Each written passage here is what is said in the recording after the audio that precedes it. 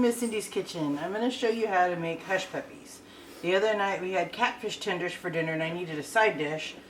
So I looked up hush puppies, and I've never deep fried before, so I just figured out that it's not as bad as I had thought it was going to be. So, first thing I'm going to do is get the stove going so we can get the oil heating while we assemble the ingredients. And it calls for a cup each of flour and cornmeal.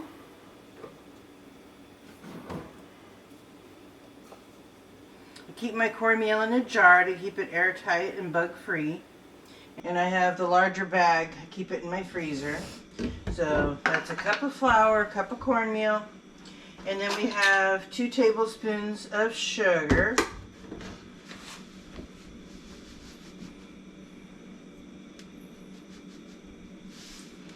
And then we have ½ teaspoon each of baking powder and baking soda.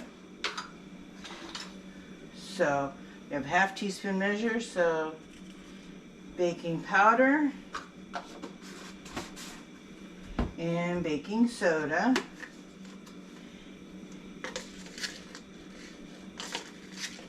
And I keep this in a container to keep it airtight and make it easier to use. And then we have a ¼ teaspoon of Cajun seasoning. This happens to be made by Weber. I think they have it at Walmart and Winco.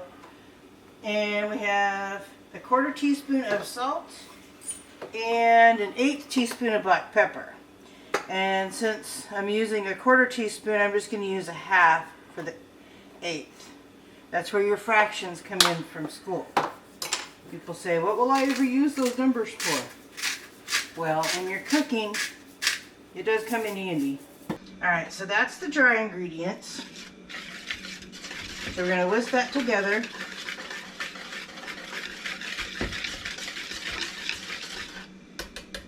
And then we have ½ cup buttermilk, to which I'm going to add 1 egg.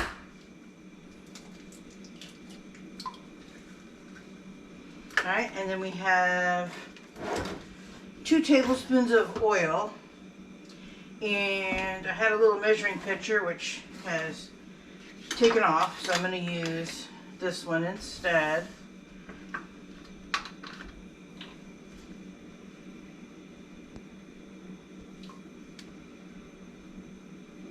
You put that oil right in the milk. Yeah, all the liquid I'm going to mix together. Just whisk that together. And then I'm going to pour it into the dry and combine the two. Oh, there's the little picture I was looking for. So it's kind of a, more of a wet biscuit dough consistency. And then 3 tablespoons of grated onion. Oh. If you want to clear out the kitchen quickly, grate an onion. Even the dog stayed out for that one. So the oil is at 200 and it needs to get to 380.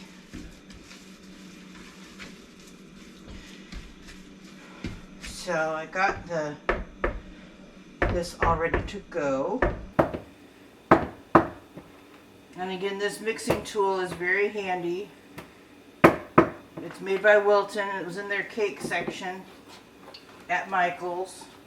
And it's always good to clean up as you go along.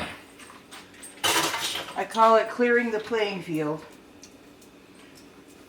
Because that way you keep an eye on what you've worked on and what you haven't used yet.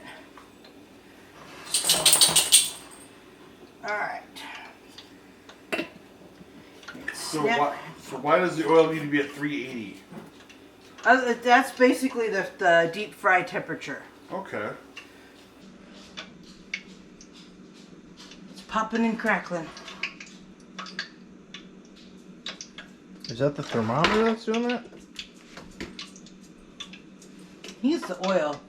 Because this burner has the hot spot.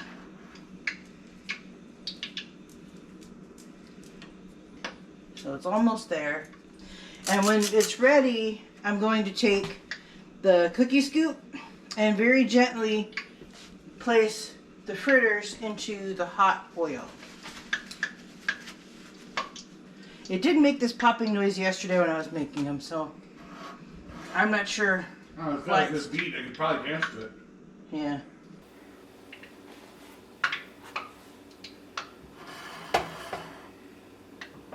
I don't know. So if anybody could answer that question, why does the oil make that funny noise? It's kind of like we were having this conversation at work today. Somebody heard a noise, and they were like, does anybody else hear that noise? And of course, we have instant messaging and GIFs and stuff. And everybody's putting all these funny things up, but the only thing I could think of was that scene in Christmas Vacation where, does anybody hear that noise? It's a little screechy, scratchy sound. All of a sudden, squirrel comes flying out of the Christmas tree, and then chaos ensues. So yeah, so every time I hear, what's that little noise? I think of that scene. Alright, so we are at almost 300. From here, it'll probably go faster. But basically, it's just your basic ingredients, kind of like if you were to make cornbread. It's got flour, cornmeal, sugar, baking powder, and baking soda. So if you got your basic ingredients, you can pretty much make a lot of different things that you might want to try. So now we're just waiting. It's kind of like waiting for a watched pot to boil. If you watch it, it goes slower. But anyway, this is where having good kitchen equipment and your basic pantry ingredients comes into play. If you want to try something different, you can pull it together if you've got your baking basics. And having a good cookie scoop is handy. Alright, we are almost there. We are at 320.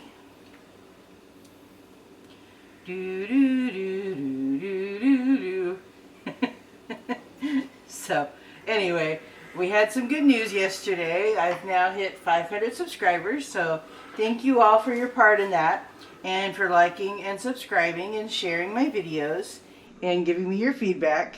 And Dahlia's in rapt attention because Mommy's talking. So anyway, yeah, just keep watching and sharing and letting me know any ideas for things you'd like to see, or any information on recipes I've tried. I pretty much try to list all the ingredients as I go along, so you all can either look up the recipe that I used or write down the ingredients as you watch and rewatch the video. Because I sometimes do that when I'm trying to pick up on certain points in a video. So, you sit. Good girl. She probably thinks she's gonna get a hush puppy. Yeah, this dog's a pain in the butt, but she's got a heart of gold. Yes, don't you?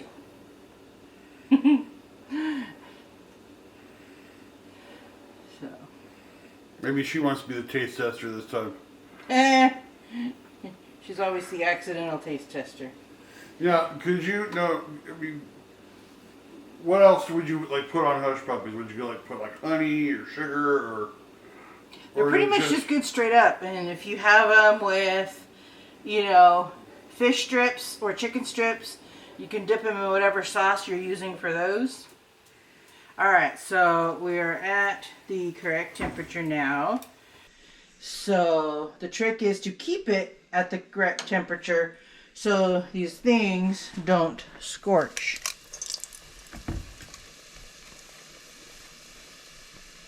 So I'm very new to deep frying. It was something that I never really wanted to try because I was afraid of the hot oil. And then I realized, you know what? Sometimes you just got to dive in and do things you don't normally want to do. Kind of like learning to make pies was one of my other challenges.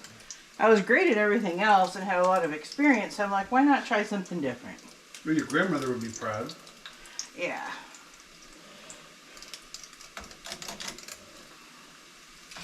So. Alright, so I got about half of them in there. I'm going to use the little barbecue fork to turn them over.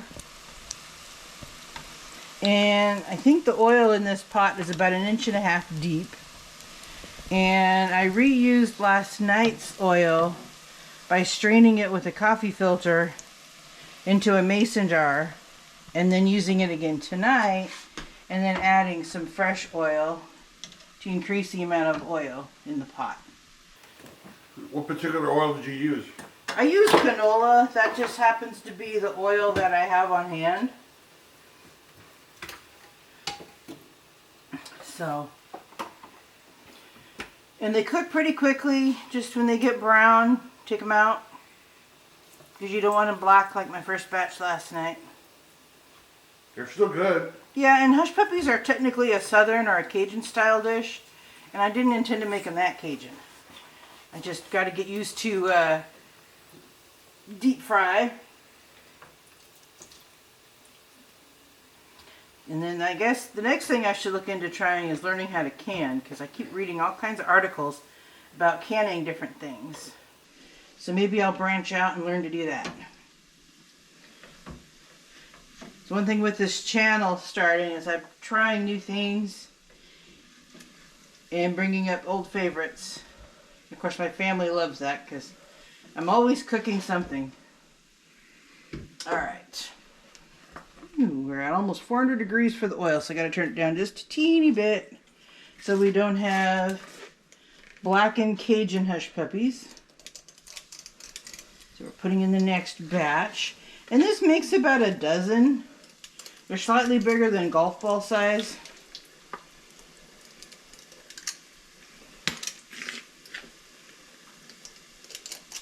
You hear the oil sizzling.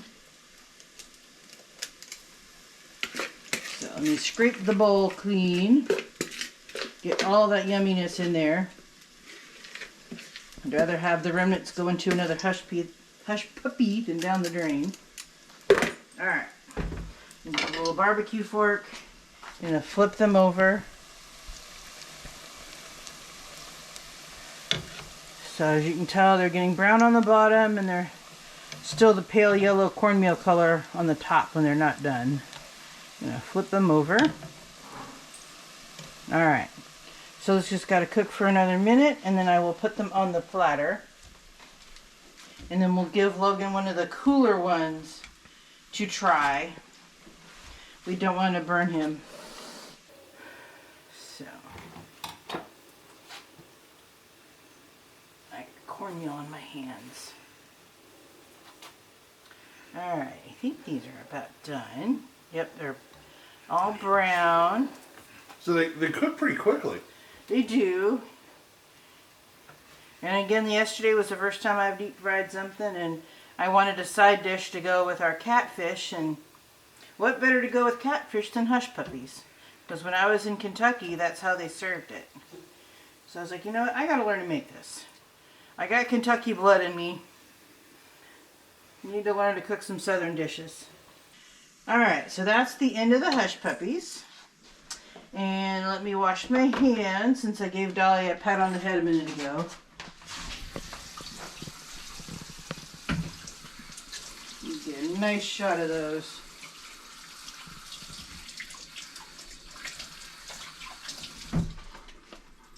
Alright. It's popping. It's snapping. And gotta put the little safety back on before Dahlia realizes there's something on the stove that's very interesting. Okay, so this is the first batch. This is the most recent batch, so you want to take a taste? I will take a taste. First let me open this up. Oh my gosh, look at this. Look at that. It's a little doughy. Oh, it's soft, it's crunchy, and it's soft. Yep. Nice and delicious. Yeah. A little doughy on it. That's so good.